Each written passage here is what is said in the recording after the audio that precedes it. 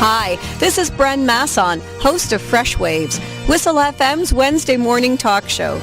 April is Organ Donation Awareness Month in Canada, so we are bringing awareness to the airwaves with real-life stories of real organ donors, families who have made the difficult decision in moments of extreme tragedy to donate a loved one's organs, and organ recipients themselves.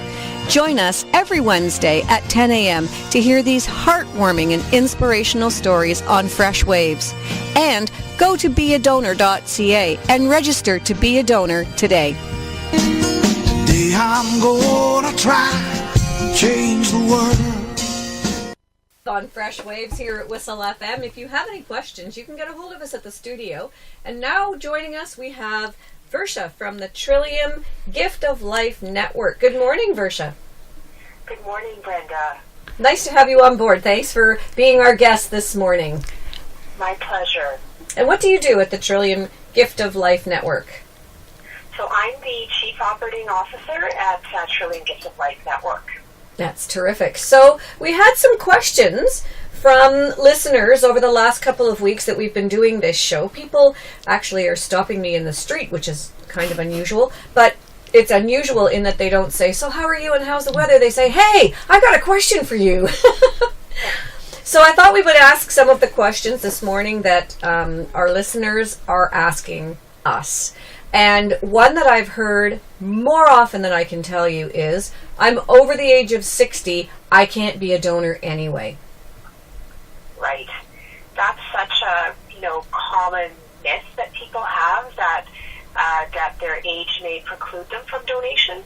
In fact, the oldest organ donor was over 90 years of age.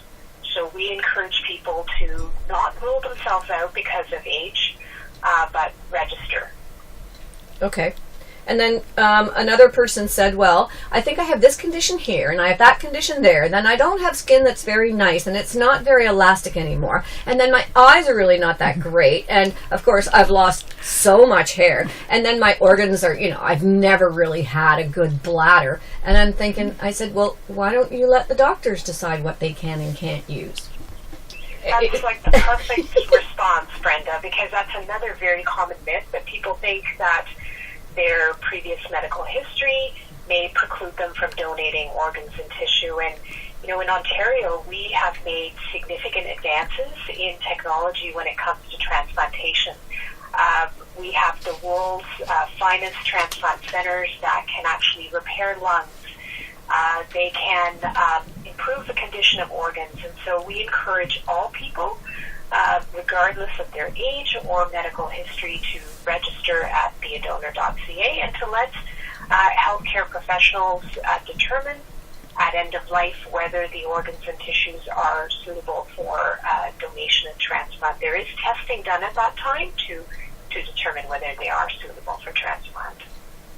Okay, I know that you've been brought into this I would say at the very last minute. But we had sent some questions in advance, and I know these are not going to be the easy questions. The two I just asked are the easy questions. We had a listener who really wants to know. She said she's always considered organ donation, but if her spouse was to ever pass away, she wants to have an open casket. And can she have an open casket if he's donated his organs? Yes, that is possible. After donating organs, the recovery of organs is done by physicians and in a very skilled and respectful way. So an organ casket funeral is absolutely possible after donation of organs and tissue. Okay. And we had another question. A listener said, "I want to cremate my spouse. I'm afraid that there won't be enough left to scatter his ashes if he's an organ donor." Again, donation does not impact sort of funeral practices and choices that people may have.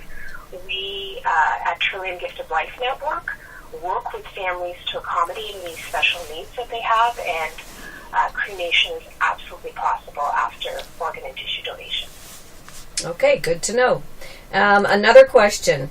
A listener says, I've read about face transplants. How successful is this procedure, or is it still an experiment? So face transplant has been done in the world. To our knowledge, and to my knowledge, it has not been done in Ontario. It's a very special transplant procedure, and right now when people register for a donation, they have the opportunity to sign up to donate all organs and tissues or make certain exclusions. Face is not on that particular list, and if there was ever a need for a face transplant, if there was ever a patient that needed a face transplant in Ontario, and if there was the ability to do that, there would be a special request made of the family at end of life for that particular donation. Now, it's procedure now that the doctors and nurses that are taking care of your loved one at the time of their passing, they're not the ones that deal with the transplant questions and answers. It is the people from the Trillium Gift of Life Network. Yes. So Trillium Gift of Life Network, we have staff that approach families at end of life to obtain consent for both organ and tissue donation. And we also make sure that the healthcare professionals involved on the donation side and transplant side are separate teams. So there's never a conflict of interest between, because that's another common myth that very common people myth have, that doctors won't work as hard to save their life, which is far from the truth. The first and foremost duty of a healthcare professional is really to save a life, and it's only when a life cannot be saved that the option of donation is introduced. Is it true that every single person can be a donor? Every person has the potential to be a donor, and that's at end of life. There is screening that takes place to determine whether that person can donate organs and tissue and whether they're suitable. The one thing that I do want to mention is that the potential for organ donation is really small, which some people may not realize. Like, a patient needs to die in a hospital and be on life-sustaining treatment in order to be an organ donation, whereas the potential for tissue donation is much greater, where one doesn't have to be on life-sustaining treatment in order to be a tissue donor.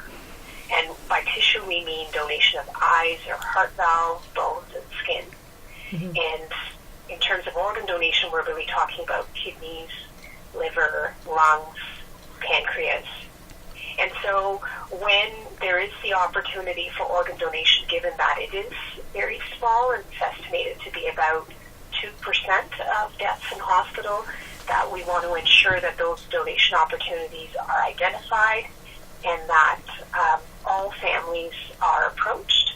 And when someone is registered, then we're able to share that information with their family, and the families are in a position to honor their loved ones' wishes. In the absence of registration, about 50% of families consent to donating, and that's why we highlight the need and the importance of registration, and one can easily do that at beadonor.ca. It literally takes 2 minutes to save a life. And it does, because I did it this year, because I just thought my old donor card was still valid, and Jason here behind the board, he told me that in fact that's not the case, so I registered.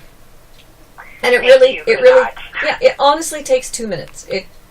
I am a computer moron, I must say. I cannot work that thing for the life of me. Nobody can crash a system better than me, and it literally took me only 2 minutes. So if I can do it, anybody can do it. Absolutely. It's super simple. beadonor.ca, simple, easy, takes 2 minutes. And those paper donor cards that you were talking about, the fact is that it is a physical consent of donation, which often at end of life can't be found and can't be relied upon, whereas when you register online, that information is available 24/7. Mm-hmm. And particularly this month is April, is Be a Donor Month, and we're really putting a spotlight and highlighting the importance of donation and the importance of registration. So it's very timely for your listeners to visit beadonor.ca. They can register, or if they believe they are registered, they can confirm their registration status at beadonor.ca as well.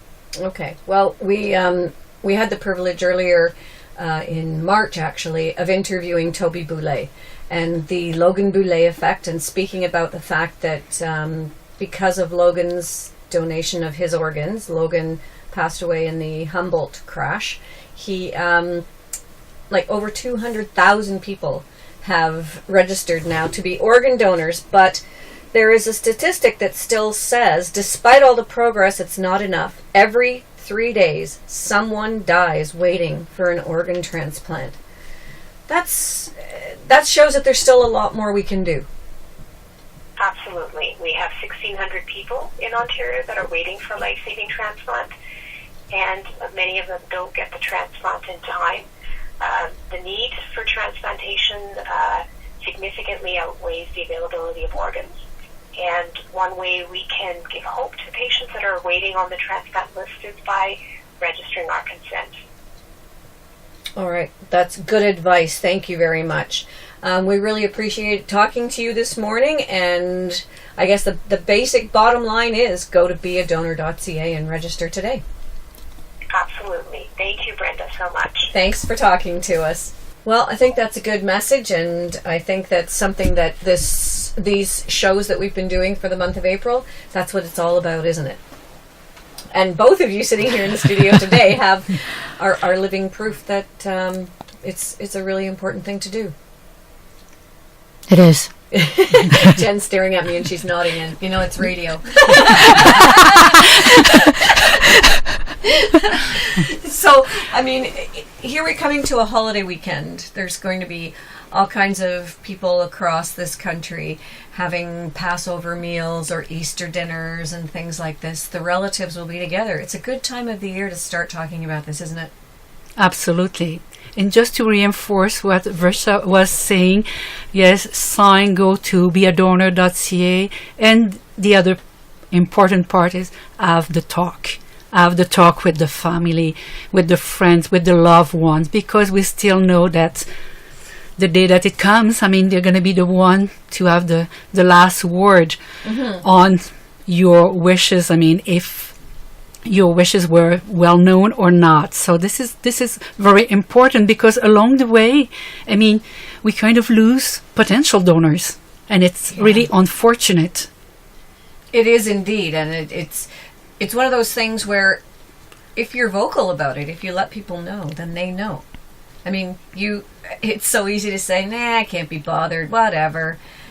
But like Eric was saying last week, when it comes down to it, if you needed an organ, would you say, nah, you know what, I chose not to? Do you choose to be a donor? Would you choose to be a recipient? You know what I mean? It's different when you're waiting for that organ. I believe that's the best way to address it, as to know if you were to need it, or if your child was to need it. Would you say no to that? No. That makes people, I mean, consider it, I mean, in a different way. Yes. Yeah. Heaven doesn't need your organs. We need them down here. Absolutely. That's right. Heaven doesn't need it. Yeah. And give others new wings to fly by supporting organ and tissue donation. Yeah. So Jen, when you look back at this whole thing, you've had 10 years. 10 years where your son has had a mother, your husband's had a wife. Yeah. How does it make you feel? Oh, it makes me feel extremely thankful for the family that gave the okay for the person to donate the organs. I've responded, like, after we get the organ transplant, we could send letters. I've sent a few letters thanking them and saying, you know, because of the organ transplant, I was able to spend time with my son, to see him grow up, and to give back to the community. I've been volunteering with the Canadian Transplant Association, the Dragon Boat team, the Trillium Gift of Life. I want to bring awareness. I'm also part of that high school initiative. I just started it this year. And tell the story to the students, and they wanted to hear my story. And I'm like, why do you want to hear it? Well, we want to know what you've experienced. Like, how do you feel? It does work. I'm living proof. I have so much energy. If I did not receive this organ transplant, I would have been dead. I'm being honest with you. It's a second chance of living, and I'm enjoying every minute of it. I'm very, very grateful. And I've been around people now who've received organs, and I sit at this table every week for the whole month of April and even back in March. And it is so inspiring to be with people who appreciate every day. I came to the show this morning, and before I left, I looked out the window into the forest and I said, thank you. I am so grateful to be here. I'm so grateful to do the show. I'm so grateful to have these friends and these people that I've met through doing this show. And we need to do that more often. You do it because you've been where there was a chance that you wouldn't be here tomorrow. That's right. You've been given the gift of life, and what a beautiful gift it is. Nobody should take it for granted. No. You think your life changes so differently. Every day is precious. And I want to share it with everyone. Just sign your card. Go to the website. Go to the Canadian Transplant Association. You'll hear amazing stories that, people get to see their family grow up. And I've signed my donor card too. And I said to them, you could take everything, but they said they wouldn't take the 2 kidneys that are not working. Well, that's understandable. But they would take all the other organs, which is good. I wanted to give back. I wonder if they would take the kidney that you had transplanted as long as it's working. I Who believe. knows? Good question. We should have asked that while we were talking to the truth. Very good question. We'll write it down for the next time. Okay, we have to take our top of the hour break, and when we come back from that break, we're going to be talking with Christine Humphreys, and Christine Humphreys is with the Eye Bank of Canada. Now, Okay. I will honestly say that 3 weeks ago, when I first started talking about this show, my mom had an eye doctor appointment. She's 89, and we went down to the ophthalmologist, and at the end of her appointment I said, hang on a second, what about eye donation? And he said, yeah, it's a thing. And I said, well, this is what we're doing, and we're doing this show. Can people donate their eyes? And he said, absolutely. Call the eye bank. I said, what's the eye bank? I didn't know there was such a thing. And it's got this really weird connotation. Can you imagine a bank with all these different eyeballs just hanging out on shelves? It's actually not that way. But it's a great thing, and we're going to learn all about it when we come back on Fresh Waves. I'm your host, Bren Masson. You're listening to Whistle FM, Stouffville's community radio station, and we will be back right after this, so stay tuned.